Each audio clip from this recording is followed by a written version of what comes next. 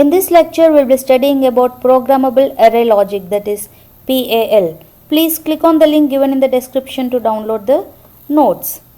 Programmable Array Logic, generally called as PAL, is a programmable logic device that has programmable AND array and fixed OR array.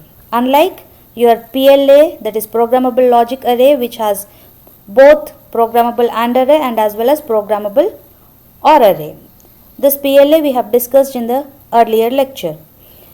The advantage of PLA is that we can generate only the required product terms of boolean function instead of generating all the minterms by using programmable AND gates.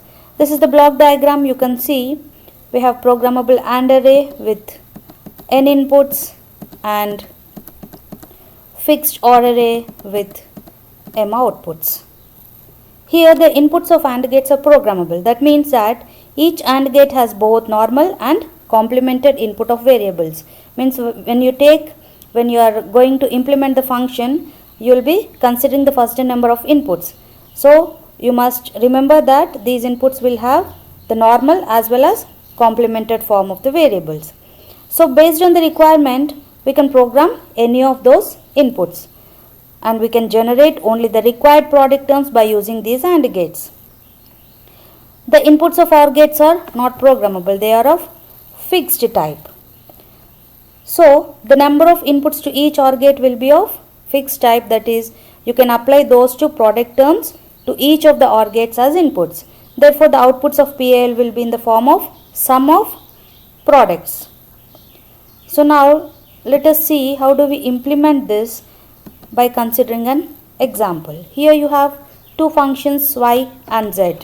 Y is directly given in the form of an equation ab bar c plus a bar bc plus abc, and z is sum of 0, 2, 4, 5. I have intentionally taken this because if a problem is given in this form, by using the K-map you solve this and get the equation. Here I have taken the help of K-map and got the equation as a bar c bar plus ab bar. Once you have these equations, we can implement. Let us see how do we implement.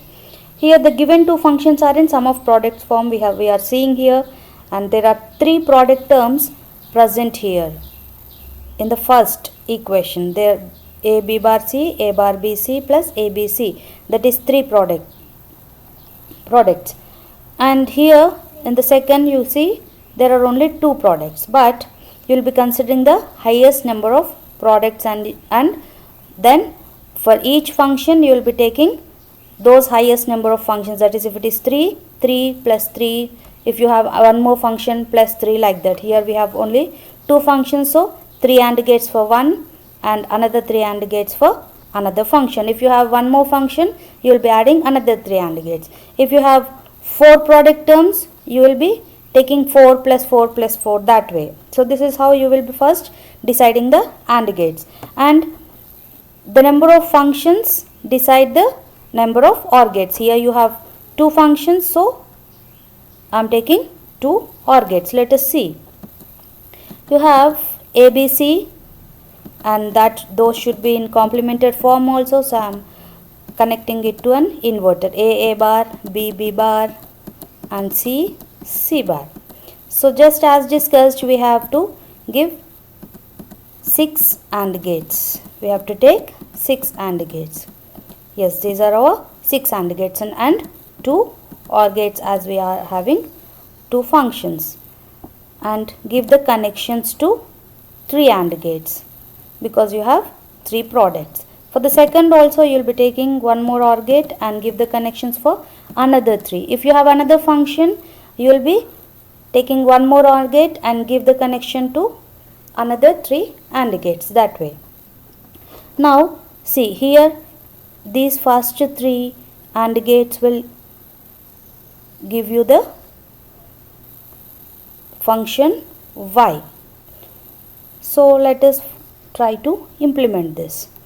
So for this should give you a b bar c. So I need to give the connection at a, b bar and c. See, a, b bar and c. So this is your first. What is the second term? A bar, B and C bar. This is A bar, B and C bar. What is the third one? A, B, C. So, as this is OR gate, you have A, B bar, C plus A bar, B, C plus A, B, C. This is your first equation. That is the first function has been implemented.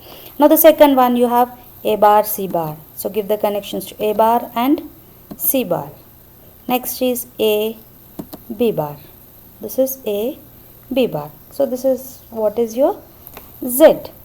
Here the programmable AND gates have the access of both normal and complemented input of variables. You can see this has the access to both normal and complemented inputs of the variables. In this figure you can see that the inputs A and A bar, B and B bar, C and C bar all are available at the inputs of each AND gate. So program only the required literals in order to generate one product term by each AND gate. This can be varying. If it is A bar, B bar, C bar, you can give the connections at A bar, B bar, C bar and so on. Depending on what is given, you can just implement it.